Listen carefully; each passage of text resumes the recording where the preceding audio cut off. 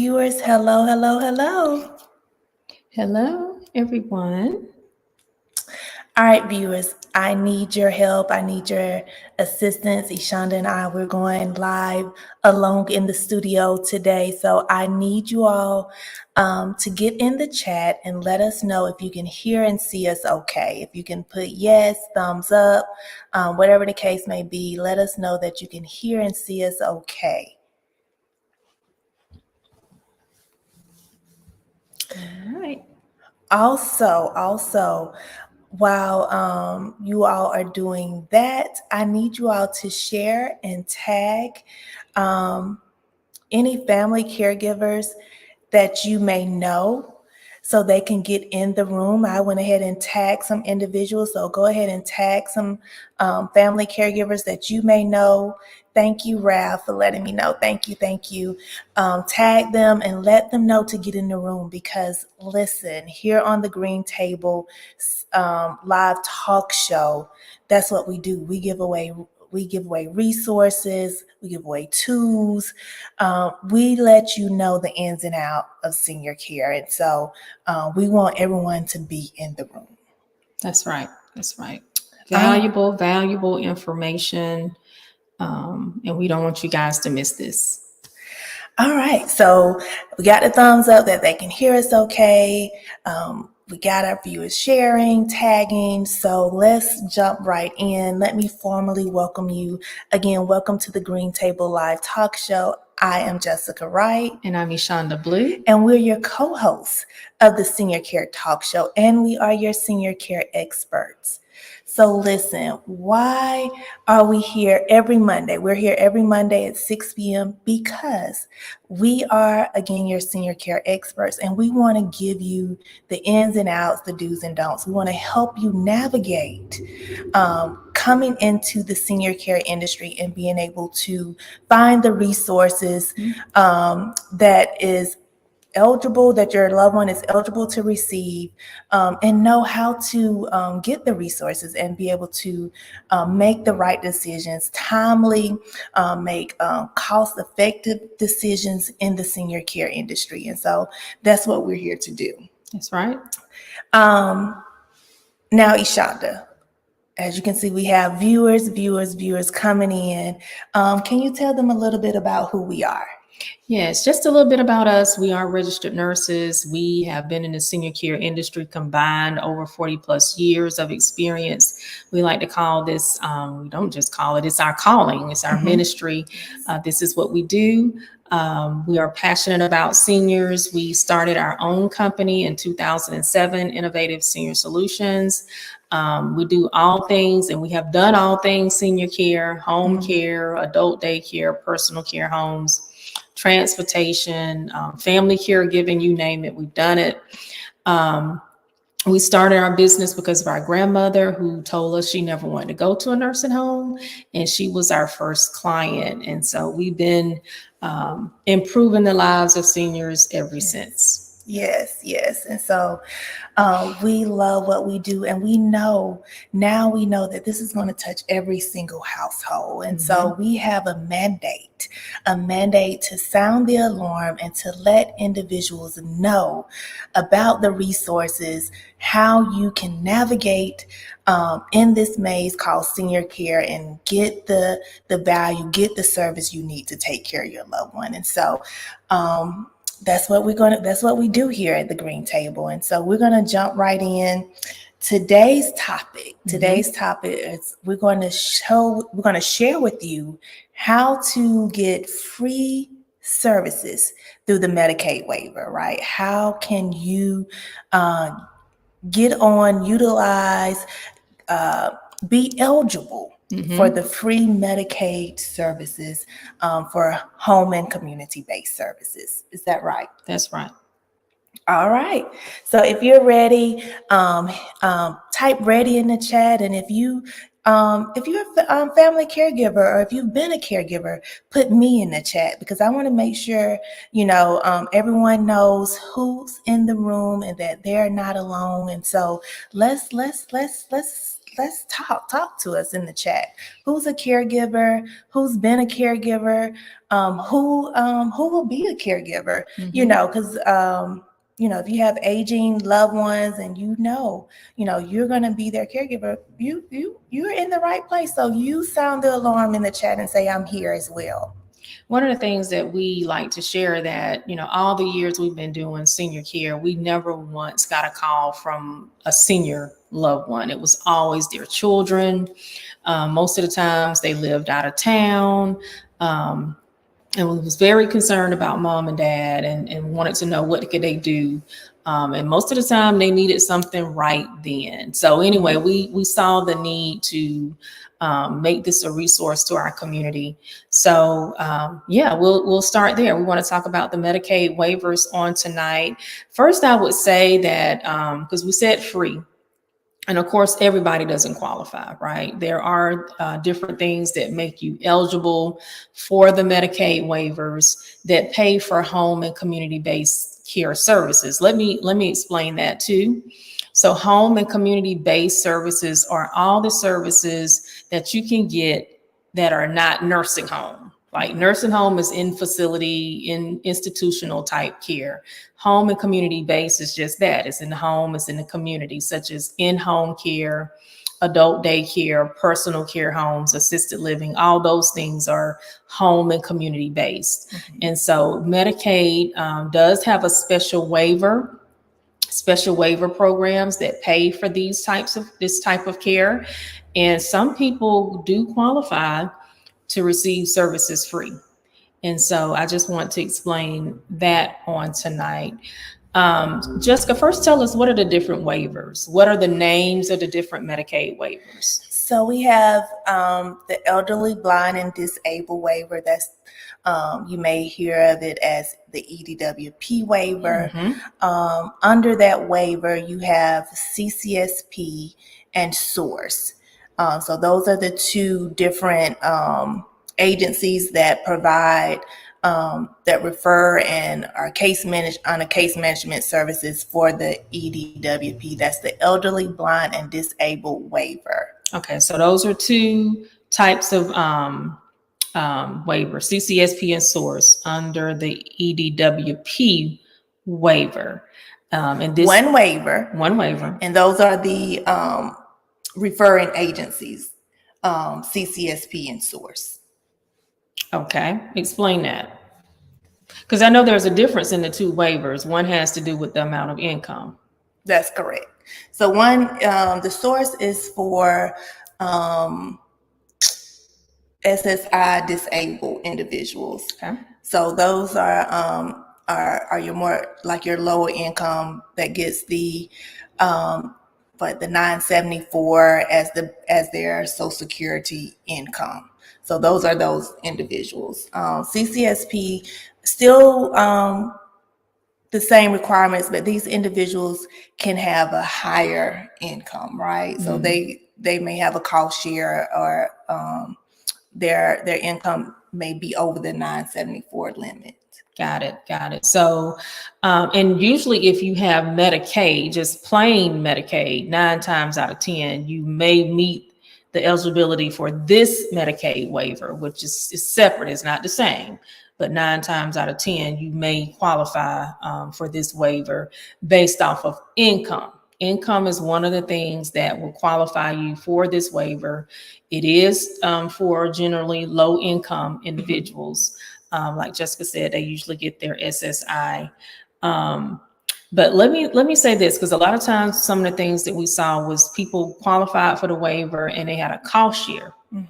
Yes. And they would decline service because of the cost share. And sometimes the cost share would be like $150,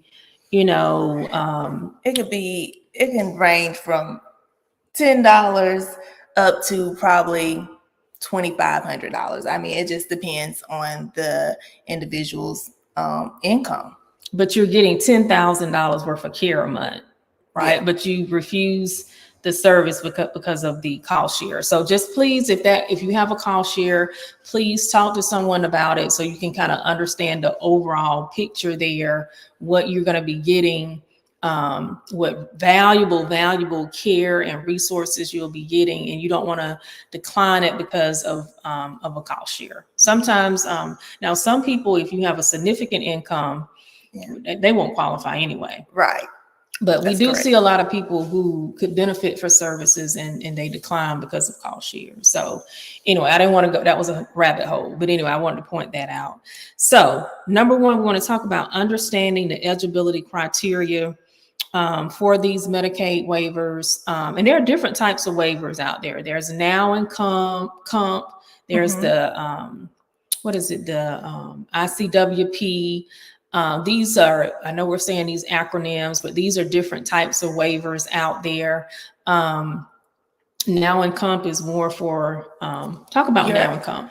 Your developmental, intellectual development, developmental individuals. So individuals with autism, MR, those individuals would fall up under that now and comp waiver. Okay. And then what about ICWP? That's another waiver. That's the traumatic brain injury individuals. So those individuals, they're kind of like they've been in a car accident. Is usually what we see, and they had some type of traumatic brain injury, and they're most of the time these candidates are paralyzed. And they require a lot of care. But there's a waiver specifically for that, and it's called ICWP. So seniors 65 and older, if you're senior, if it's just a senior loved one, 65 and older, usually would fall in the EDWP waiver. The elderly, blind, and disabled waiver. And I have to get the other, like I said, I know the acronyms for now and comp and then ICWP. I'll put that all in the chat for you all. The names, the entire names. Yeah. Those are the different. And then your disabled adults also follow under that EDWP waiver. So those are the waivers. We want to put that out there. So we got the waivers. What gets you qualified? One is income and asset limits. We talked about assets last two lives. If you missed them, please go back and watch them. But your income and your asset limits are one of the things that will get you, you would be able to qualify. Also, your functional eligibility criteria. Jessica, talk about your functional physical eligibility criteria for the waiver. So you have to have two or more, a need in two or more of your ADLs. That's your activity of daily living. And so that refers to bathing, dressing, ambulation, transfer, preparing meals, light housekeeping, reminders to take medication, anything, a normal activity of daily living that you cannot do. So two or more will qualify you, will be one of the qualifying criteria for the waiver. Okay, that is very good. That is good. So, and these people are usually at risk for nursing home placement. That is correct. They are usually at risk for nursing home placement. Now, so those are two big things that can get you qualified for the Medicaid waivers: income, asset limits, and then your functional and physical eligibility requirements criteria. That's one. Okay. The second thing is we would recommend you seek professional assistance with a Medicaid counselor. Like, who is that person? How do you talk to a Medicaid counselor? Who can you talk to see if you're eligible? Where do they go for that? I would say the area aging. I get it. Area aging. Agency on Aging. That's it. Area Agency on Aging. They're known as AAAs. Yes. Right? So Area Agency on Aging. Those are located all throughout the state. There's one in every region. I think here in Sumter County, our region is River Valley. Yes. Albany is Sawega. There's Heart of Georgia, I think, for Macon.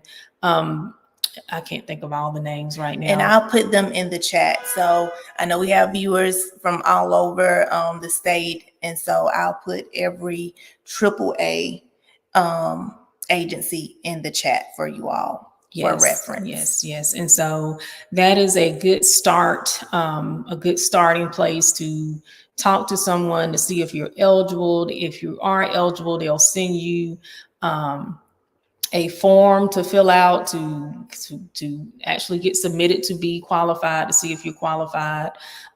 We do it. Like most agencies also have those forms. So most providers can also give you that information. So we just want to make sure that you know where you can go to seek assistance. Mm-hmm. And talk to agencies who can provide you really, really good information about whether you qualify for those programs. Yep. So I see you put those in the chat. Yes, in the chat. Also, before we go any further, I don't know if we're going to hit this, but I saw someone ask about grants. So they do have grants. Very good question. Some of these AAAs, these are the people to talk to. Some of these AAA agencies on aging, yep. They have grants, and it pays for homemaker services. It pays, some of it pays for adult day, because we actually have a grant in Sawega for adult day, but it's a limited amount of hours. So it won't be a whole lot of hours, but it will be some help. So yes, there are grants out there. Your AAA offices are who you need to talk to. Okay. AAA. Very good question. Okay. Our third thing that we want to talk about is gathering the necessary documents. Okay, this is where we see some of the hurdles and roadblocks when people are trying to get qualified for these waivers. And so we're just going to share with you some of the things that you need to have ready, that they're going to be asking you for. Number one is, of course, your source of income, right? Source of income is one of the things they're going to be looking for. They're going to want bank statements. And I know it's interesting too, a lot of times, like when we get calls from a family member, like a family member can be calling, but somebody else have this information, right? So just know that you're going to need this information to see can you get them qualified. So proof of income. They're going to want to see medical records, usually like a H&P, we call it H&P, but a health and history and physical. There we go. And you can usually get that from your physician, but they usually want to see that. They're going to want your Social Security number and your Medicaid numbers and all this stuff. Diagnosis. A lot of times we find that people don't know the diagnosis. So I just ask them, well, what medicines are they on? Or what are they taking medicines for? Well, they're on a blood pressure pill. They're on a water pill. Well, those are things that can give us what the diagnoses are. So am I missing something, Jessica? Some of the documentations they need, I know life insurance policies. Can you think of anything else that they need to have ready? No, I think you hit all of the documents, but this is so key, because this can be, this is a bottleneck. This is a deterrence. This will stall out your application from going forward if you don't have these documents. So again, I think you made a great point. Like a lot of individuals that call us, is someone else in the family that holds these documents. And so make sure you have these documents, because again, you will not be able to go forward in the processing of getting eligible to receive these free Medicaid services if you don't have these documents. Yes, that is right. And we usually see it as a big hurdle. Yeah, right. Definitely. It's a big hurdle. And then our last tip on tonight is just staying informed, staying connected. So once you apply for the Medicaid waiver, right, whether you go through an agency or provider like us or a AAA agency, all of these agencies do something different. which is interesting. All of them do something different. Some will call you, and we tell people it's a number that you're probably not familiar with. Please answer, because if you don't answer, they may not call you back. They usually call that one time. So they may call you. Two, we heard from another agency that they no longer call, they mail you. That's right. I was just saying, yes. So you have to be aware of what's their way of communicating with you guys once you start that process. And then you may have to call back and check. As a provider, when we send people in, we usually try to call and check on the status of the referral, but sometimes they say they have to hear from the family member, like they won't even give us that information. They got to hear from you. So you want to stay connected. And a lot of times when we call, or what we hear is that, they didn't get the information or they missed the call. So you have to kind of be aggressive here, is what I'm saying, and really stay connected to see it all the way through. And it is a bit of a process. It can take 90 days. So it's not a quick turnaround thing. So just want to prepare you for that it is a process. It can take up to 90 days or more.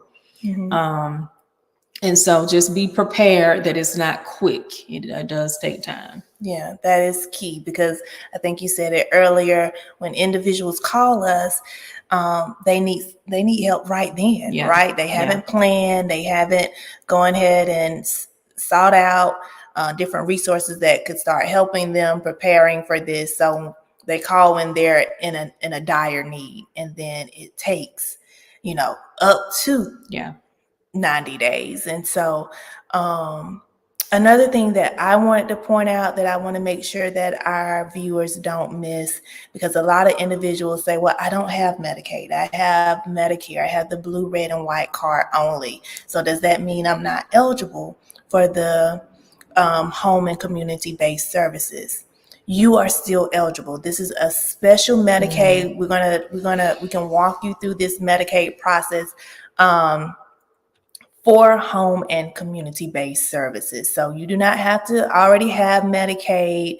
If you do not have Medicaid at all, we can walk you through, we can help you apply for Medicaid for home and community-based services. So do not, I think it was number one, understanding the eligibility criteria, making sure, your resources, your income.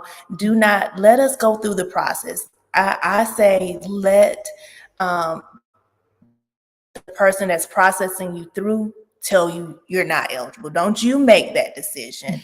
Don't you say, well, I make too much, I have too much of this. Let them tell you, because it may be something that they can offset to your spouse. You just never know. And so I want to make sure you don't just count yourself out before going through. That's right. So that's all our tips on tonight. If we can just recap them again, Jessica, I think you just did that.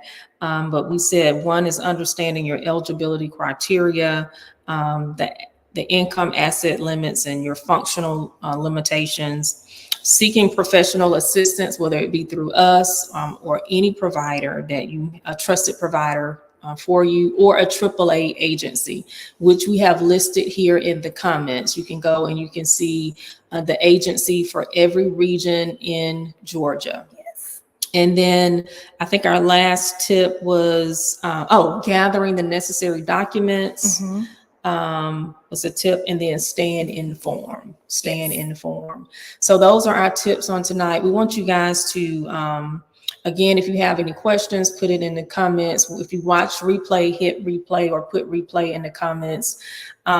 Join us next Monday. Next Monday, we're going to be talking about veterans assistance, VA assistance, and what that process looks like.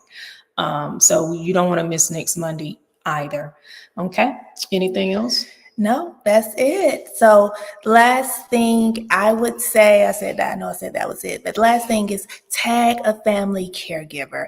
Again, this is going to hit every single household. So whether you've been a caregiver, currently a caregiver, will be a caregiver, and possibly we're going to need a caregiver. So it's going to touch every single household. Yeah. So get the individuals in the room so they can hear the resources and they can take advantage of the resources and know how to navigate getting care for their loved ones. So again, thank you for tuning in, and we'll see you next Monday. See you guys next Monday. All right. Bye-bye.